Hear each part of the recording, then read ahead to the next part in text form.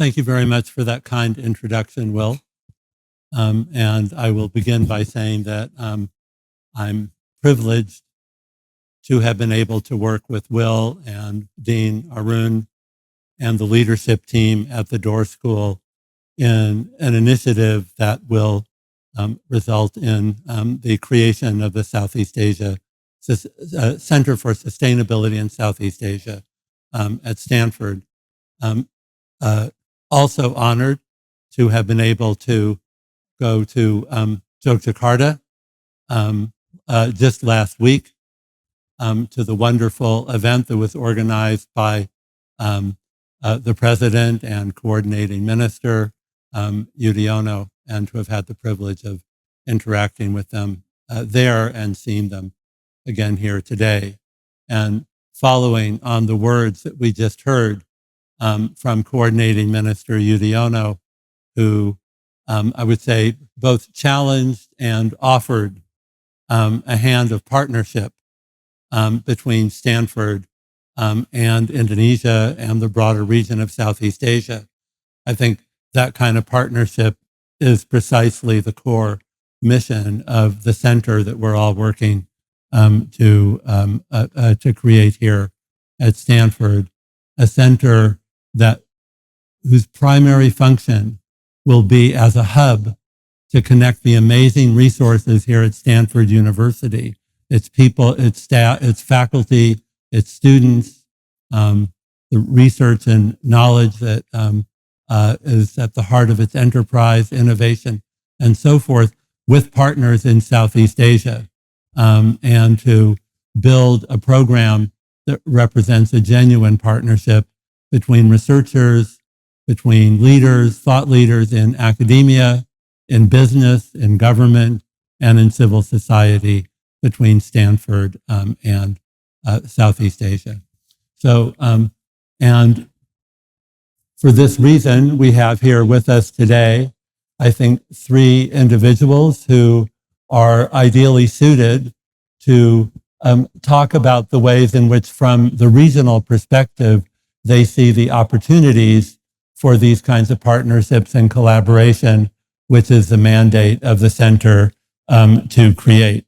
So immediately to my left is Cheong, who is the Vice Provost for Strategic Research Partnerships at the Singapore Management University, where we have already had conversations together and with the president of the university about potential collaboration. Cheong also has a distinguished career in government behind him. And then we have next to him Roderick Purwana, who I have had the pleasure of meeting on a number of occasions in Jakarta, who is also, I think, the greatest achievement, a Stanford alum. But apart from that, is the managing partner of East Ventures and also with a very distinguished business career. I don't recognize the person sitting on the left over there, but I think he has been introduced to you at least 4 times today. Someone who I am honored to consider a friend and a colleague, known for many years, and as you've heard already many times today, has been absolutely central from the very beginning in first thinking about what it would mean to have a center like this at Stanford, and then how we can implement it. So without further ado, I'd like to ask each of you, how from your perspective do you see the opportunities, the challenges, and so forth of what we have an opportunity to create here at Stanford, working together with our colleagues at Stanford and with leading individuals in the region like all of you. Cheong, would you like to begin? Yes, thank you, David. Thanks very much also for the invitation to speak here. It's my honor to be here and privilege. Maybe I'll just have a quick, short description as well as to what Singapore Management University stands for. We are a management university, the third university in Singapore that was created. Our latest vision statement that we've just enhanced tries to position the SMU as a university that operates at the nexus of management, social science, and technology. I think if you listen to much of what we have discussed today, you realize that technology is just one part of the solution. The economics, the regulatory sort of impediments or the facilitation, the ability for us to understand or think of the business models, the accounting of the value, and the ability to finance that are all elements that are, in a way, essential for any innovation to actually bear fruit and to scale. So one of the things that we look at in SMU is the idea that the future will be shaped by digital transformation, sustainable living, and growth in Asia. So that's again where we are focused on as a university. So this effort, I think, is a very timely and I would say interesting one from our perspective. But because of our own focus, we have actually actively pursued partnerships now with universities in the region. We think that there is a role that we are able to bring together, in some sense, government, academia, as well as industry in a very sort of like collaborative partnership. And that's what I hope maybe the center itself also tries to do by drawing on all the elements of what Stanford has to offer. But beyond what Stanford has to offer, going back into the region, drawing on the industries that actually operate in the region, drawing on the energies of the people who are in that region and who ultimately will benefit from it, I think will be important in terms of how we actually ensure that the work, the intellectual thinking actually results in impact, and impact that can scale. Now, of course, much of it you realize is that a lot of the things that we try to do don't scale because of uncertainties. Uncertainties that people can't quantify, uncertainties that maybe arise from a lack of trust. So I sincerely feel that if we are able to bring together what we call the triple helix of government, industry, and academia together, we will find that sweet spot and understanding of the purpose of what we're trying to achieve, and then a way to implement it practically, maybe starting with a few places where maybe the conditions are more conducive, but then having a way to then scale in a way that maybe draws on the collaborative possibilities around ASEAN. But I think more importantly, it is drawing on the energies of the people on the ground, the people who provide the technologies, and giving them the space and time, I think, to actually push out those changes. Don't think of financing separately from the technology. Don't think of the technology separately from the people who are implementing. But to find an integrative way, instead of saying, I lend you money, you go and implement, and you're worried about whether I can pay it back. Can the money follow the technology in the implementation? Right? That de-risks the people on the ground trying to implement, but in a way then gives us the outcomes that we might actually be looking for. So I feel that there are some of these possibilities that as a university that prides itself as being the most innovative university in Singapore. There's an urban legend that says that SMU was set up when our first chairman, Ho Kwon Ping, told Mr. Lee Kuan Yew that the way the NUS and NTU are going, you're not going to create entrepreneurs, you're not going to create the next generation of leaders for Singapore. So, of course, Mr. Lee then asked Mr. Ho, okay, fine, go and start your own university and show me how it can be done. And so SMU was formed. And of course, I think over the years, we have shown that we do attract the most entrepreneurial undergraduates in Singapore. But I think beyond what we can do in Singapore, I think the next phase of our development, we are looking at what we could do regionally, and of course, working in close partnership with our regional neighbors as best as we can. I'll stop there for now. Thanks. Thank you very much, Wei-Yang. So, Roderick, both as someone who has experienced Stanford as a student, as an alum, but also, from the business perspective, and of course, being in in a venture firm, you are someone who is familiar with the kind of entrepreneurial culture and so forth, and innovation that we hope will drive progress in the region, and that is certainly a part of the DNA of this university. Can you talk a little bit about how you see the kinds of opportunities for what as a center we should be looking to do for how we can best engage in meaningful ways with the private sector, with business in Southeast Asia to have impact on all the kinds of issues that we've been hearing about today? Yeah, thank you, David. It's a pleasure to be here with you all today. Maybe a little bit of background as well on East Ventures. So we're a venture capital firm. We're one of the oldest one. We started in Indonesia 16 years ago. And we do have probably one of the largest ecosystem of startups in the region. We've invested over 300 companies. One of our first investment was a company called Tokopedia, which is now part of Goto. And I think, as part of one of the largest ecosystem of startup, right? I think it's entrepreneurship is something that have grown quite significantly, I guess, over the past 15, 20 years. And the tie-up or the potential to tie up with Stanford on a lot of things, I think especially technology and innovation makes a lot of sense for us, right? I think over the course of our discussions as well, David, I think we've also talked about how the Southeast Asia Center, Stanford Southeast Asia Center, could touch upon multiple multiple areas, including, of course, business and entrepreneurship, right? Throughout my time at Stanford, I think Stanford has always been known as excellent in technology and innovation and entrepreneurship, right? I get to experience firsthand during my time here how entrepreneurship and Silicon Valley and everything that innovation comes with it here. And throughout the summit today as well, I think have been hearing as well how there should be more communication, there should be more things being done, both from Stanford's perspective as a university and Southeast Asia, which has grown more prominent over the past few years as well, right?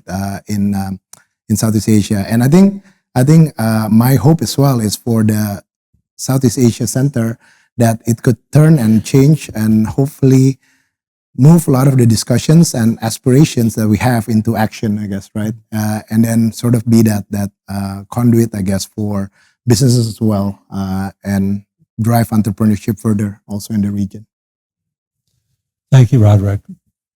So, Gita, you've been involved with this since the beginning, since initial conversations with our colleagues in Singapore and in Jakarta, some of whom are here with us today, Lu Cheng Hong, who is speaking this morning, with Li Han-chi, with Kwok Meng Wei, and so forth. And we've thought about the way that sort of in beginning a center like this at Stanford, the initial core areas of engagement should be, and not surprising given the agenda that you've heard today, energy transition and digital transformation of society as one area, food security very broadly conceived as another, and governance as the third, because governance really cuts through all areas of sustainability. So having been involved in this since the beginning, and now having a deep experience at Stanford yourself over the past 3 years here, how do you see the path forward? How do you see, where do you see the greatest opportunities for us? Where do you see the greatest challenges? And how do you advise us, as I hope you will continue to do, in navigating those opportunities and challenges? Well, I think in order to chart a better future for the region, it's important to look back. And I kind of alluded to this morning, in that the GDP per capita growth of Southeast Asia in the last 30 years would have been only 2.7 times. And China's would have been 9 to 10 times. And it's largely because of the 4 factors I've mentioned: the underinvestment in education, that in infrastructure, governance, and lack of competitiveness. So if Southeast Asia could focus on these 4 attributes more deftly, I think it has a great chance at least equalizing, if not outscoring. Now, Wirjawan and Roderick are, I think, agents of change. One with respect to academic pursuit, the other one with respect to money pursuit. At the rate that technological innovation is moving at a much more exponential rate, you've got more exponential evolution with respect to not only technology, but also ecology, climate, economics, and geopolitics. I think it's becoming more clear that we are moving into a more structured kind of multipolarity. And this, I think, presents a golden opportunity for Southeast Asia, as for us to focus more on technological innovation, but also economic innovation. And Stanford is one of the rarest manifestations of the intersection between entrepreneurship and technological innovation. There's no reason for that not to be emulated in places like Southeast Asia. But for that to be emulated, I think you need agents of change. Somebody or some people that understand both sides, but also somebody or some institutions that can translate uncertainties into, as I alluded to earlier, that set of quantifiable risk that can be measured and priced. And I'm in the camp that believes that Southeast Asia is a natural beneficiary of technological and economic capital allocation from China and the US. Naturally, US and China are indispensable inevitabilities for the next century for Southeast Asia. They're not going away. And we need them as countervailing forces. China is providing cheap technology. The US is providing cheap money, but it's not coming at the kind of rate that Southeast Asia deserves.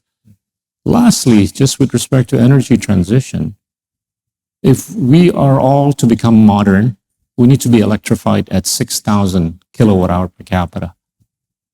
We need to build 900,000 megawatts for Southeast Asia, with the absolute exception of Singapore and Brunei.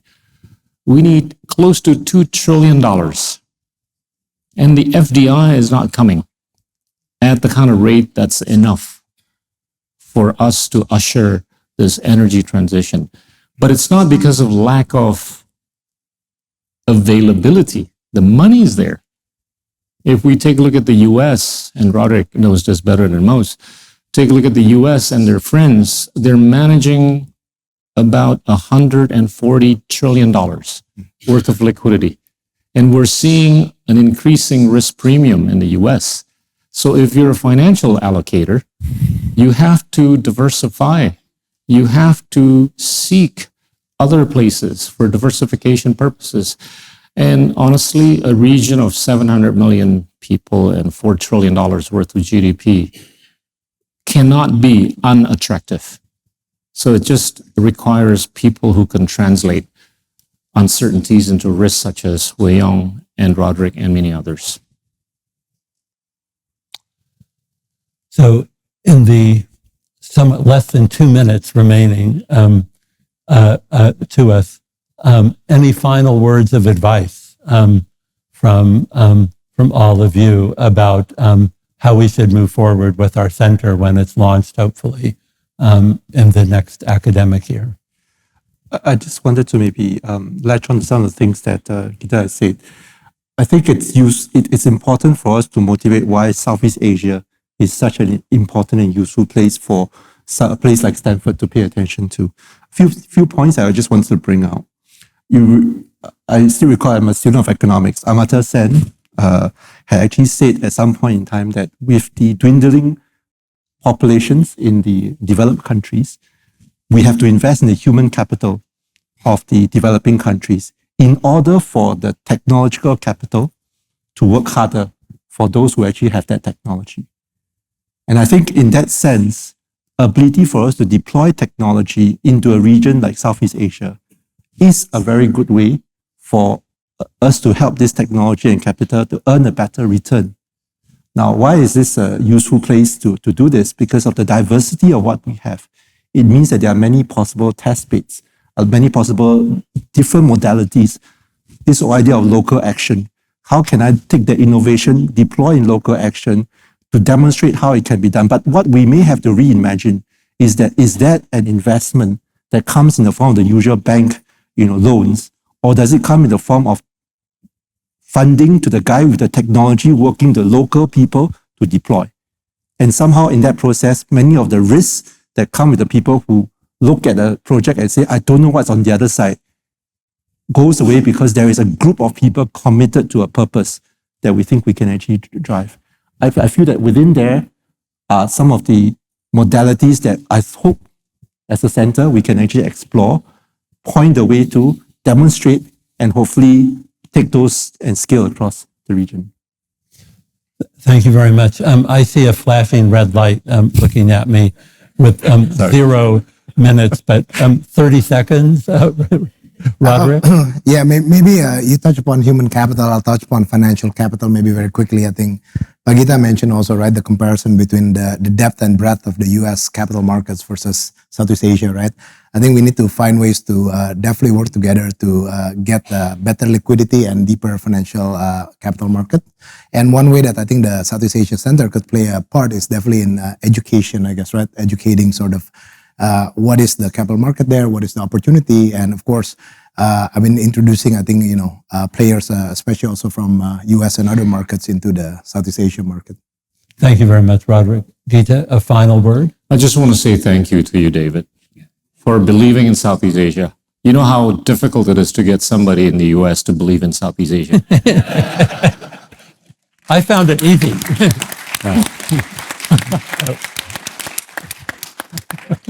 So thank you to our three panelists. It's great that you're here, but I want you to be here as we move forward with the center and to continue to engage with us, advise us, and to help us to build the broad network in Southeast Asia that we need in order to develop the kinds of partnerships that will make this center a success. So please, let's thank our panelists.